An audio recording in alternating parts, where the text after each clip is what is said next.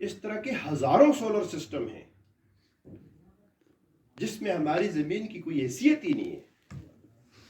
یہ ساری کائنات اللہ تعالیٰ نے پیدا کی ہے اور اس نے ہی اس انسان کو پیدا کیا ہے۔ اس ہستی کی طرف سے یہ قرآن پاک نازل کیا گیا ہے۔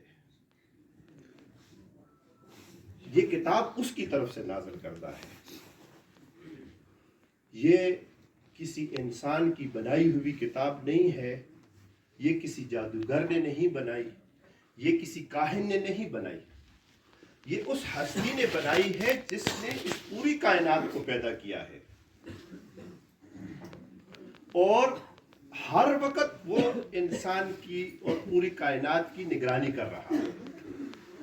مثال کے طور پر آسمان سے جتنے قطرے بارش کے آتے ہیں، ہر قطرے کے ساتھ فرشتہ آتا ہے، اور اگر ان کے ساتھ فرشتے نہ آئے تو یہ انسان کے سر سے لگے اور پاؤں سے نکلے اور انسان کا کیما کر کے چھوڑ دیں۔ یہ جتنی ہوائیں ہیں ان کو فرشتوں نے روک کے رکھا ہوا ہے، اور اگر فرشتوں ہٹ جائیں تو یہ ہوائیں انسان کو تنکوں کی طرح اڑا کر سب کچھ لے جائیں۔ یہ پانی ہے، اس کو اللہ تعالیٰ نے فرشتوں کی ڈیوٹی لگائی ہے کہ اس کو روک کے رکھنا ہے۔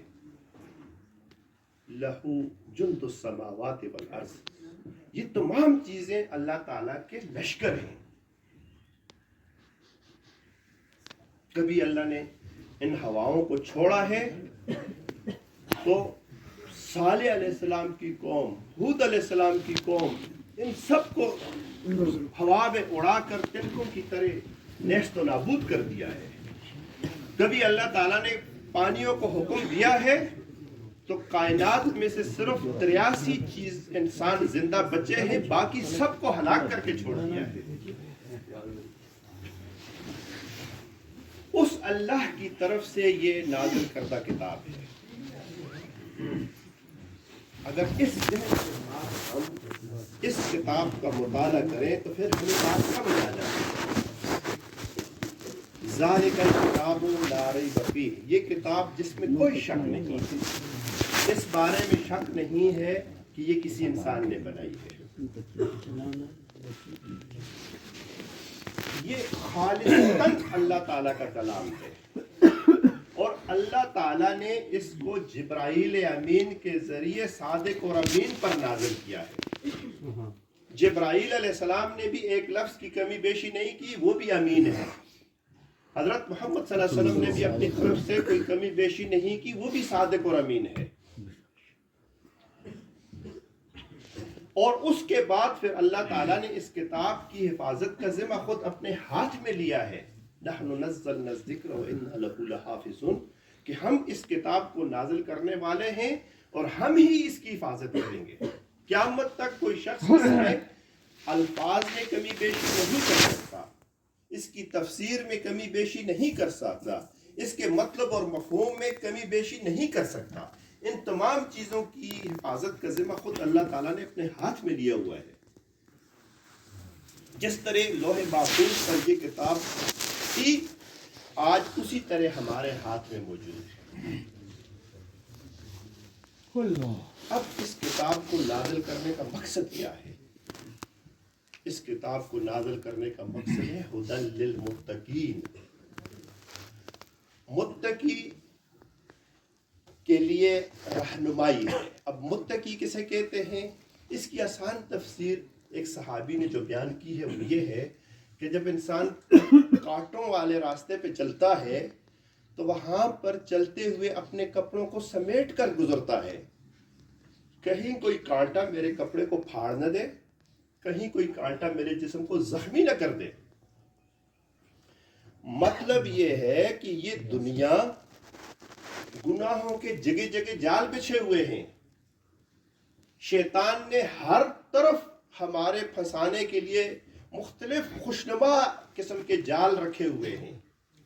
جو انسان ان جالوں سے اپنے آپ کو بچا کر اپنی زندگی بسر کرتا ہے وہ متقی کہلاتا ہے۔ جو کبیرہ اور صغیرہ گناہوں سے اپنے آپ کو بچاتا ہے اور زندگی بسر کرتا ہے وہ متقی کہلاتا ہے۔ جس انسان کی ایسی ذہنیت ہو کہ میں اس دنیا میں برائیوں سے بچتا رہوں، اس کے لیے یہ کتاب جو ہے رہنمائی ہے. اس کو پھر بتاتی ہے کہ کیسے تم اپنے آپ کو ان گناہوں سے بچا سکتے ہو اور کیسے تم صالحات پر عمل کر سکتے ہو. یہ کتاب ہدایت نامہ ہے، زندگی گزارنے کا طریقہ اس میں لکھا گیا ہے. میں نے آپ کو پہلے بتایا ہے کہ سب کچھ اللہ تعالیٰ نے پیدا کیا ہے. مثال کے طور پر دیکھیں، ایک چھوٹا سا موبائل ہم خریدتے ہیں، ٹی وی خریدتے ہیں، فریج خریدتے ہیں، اس کے ساتھ ایک چھوٹا سا کتابچہ بھی ہمیں ملتا ہے. اس کتابچے کا لکھا ہوتا ہے انگریزی میں، اردو میں، عربی میں کہ آپ جو کچھ اس کتابچے میں لکھا ہے اس کے مطابق اگر اس چیز کو استعمال کریں گے تو یہ چیز ٹھیک کام کرے گی، دیر پا کام کرے گی اور خراب نہیں ہوگی. اگر یہ جو کتابچے میں ہدایات لکھی ہوئی ہیں اس کے خلاف آپ اس چیز کو استعمال کرنا شروع کر دیں گے تو یہ جلد خراب ہو جائے گی، صحیح طریقے سے کام نہیں کرے گی. یہ پوری کائنات جو اللہ تعالیٰ نے بنائی ہے اس کے ساتھ بھی شروع دن سے آخری نبی حضرت محمد صلی اللہ علیہ وسلم تک اللہ تعالیٰ رہنمائی، ہدایت نامے، کتابیں اور صحیفے بھیجتا رہا ہے کہ بھائی یہ جو کائنات میں نے بنائی ہے ان طریقوں سے اس میں خرابی آتی ہے اور اس کے اصلاح کے طریقے اس طرح ہیں. جس طرح موبائل کے انجینئر نے، موجد نے، ٹی وی کے بنانے والے نے، فریج کے بنانے والے نے وہ ساری چیزیں لکھ کر بتا دی ہیں کہ یہ چیز اس طرح ٹھیک چلتی ہے، یہ کام کرو گے تو خرابی آئے گی، یہ کام نہیں کرنے آپ نے. اسی طرح یہ کائنات بنا کر بھی اللہ تعالیٰ نے ساتھ رہنمائی کے لیے ہدایت نامے بھی بھیجے ہیں. فَإِمَّا يَأْتِيَنَّكُم مِّنِّي هُدًى فَمَن تَبِعَ هُدَايَ فَلَا خَوْفٌ عَلَيْهِمْ وَلَا هُمْ يَحْزَنُونَ. پہلا انسان جو آدم علیہ السلام جنت سے اتار کر زمین پر بھیجا گیا تھا اس کو یہ رہنمائی دی گئی تھی کہ آپ کے پاس میری طرف سے ہدایت نامے آتے رہیں گے، کتابیں آتی رہیں گی، صحیفے آتے رہیں گے. جو آدمی اس کے مطابق زندگی کو گزارے گا، ان ہدایات کے مطابق چلے گا، اس دنیا میں نہ غم ہوگا اور نہ خوف ہوگا. لہذا یہ کتاب جو ہے اسی طرح اللہ تعالیٰ نے نازل کی ہے تاکہ جو شخص اس دنیا میں زندگی بسر کرتا ہے وہ اس کتاب کے ہدایات کے مطابق زندگی بسر کرے گا تو اس کی اپنی زندگی بھی ٹھیک ہوگی اور جن کے ساتھ اس کے تعلقات ہیں، وہ انسانوں کے ساتھ ہیں، جانوروں کے ساتھ ہیں یا دنیا کی دوسری چیزوں کے ساتھ ہیں، ان کے ساتھ بھی اصلاح کے ساتھ زندگی بسر کرے گا. کیونکہ انسان کی پیدائش پر فرشتوں نے سب سے پہلا اعتراض یہی کیا تھا کہ اے اللہ تو اس کو دوبارہ پیدا کرتا ہے جو زمین میں فساد برپا کرے گا اور خون بہائے گا.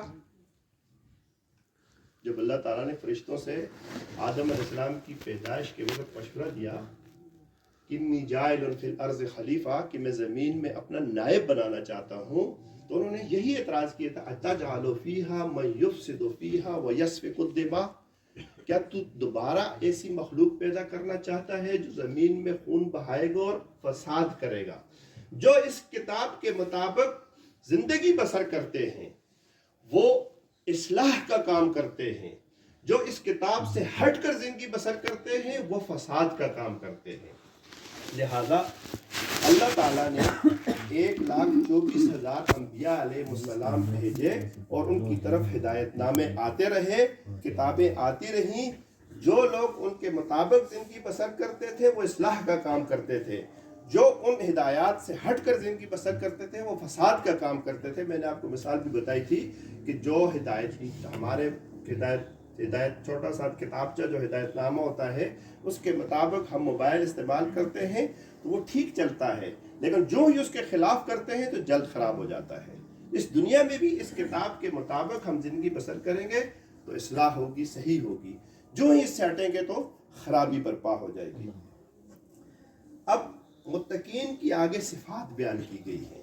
الذین یؤمنون بالغیب ویقیمون الصلاۃ ومما رزقناہم ینفقون. وہ لوگ جو غیب پر ایمان لاتے ہیں اور نمازیں قائم کرتے ہیں اور جو کچھ ہم نے ان کو دیا ہے اس میں سے خرچ کرتے ہیں.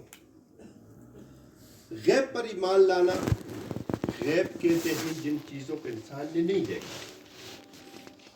ہم نے اللہ کو نہیں دیکھا, ہم نے فرشتوں کو نہیں دیکھا, ہم نے جنت اور دوزخ کو نہیں دیکھا, لیکن ہمارا ایمان ہے کہ اللہ ایک ہے, اس کے فرشتے ہیں, مرنے کے بعد ہمیں دوبارہ زندہ کیا جائے گا اور ہمارا حساب کتاب ہوگا, یا ہم جنت کو جائیں گے یا ہم جہنم کو جائیں گے.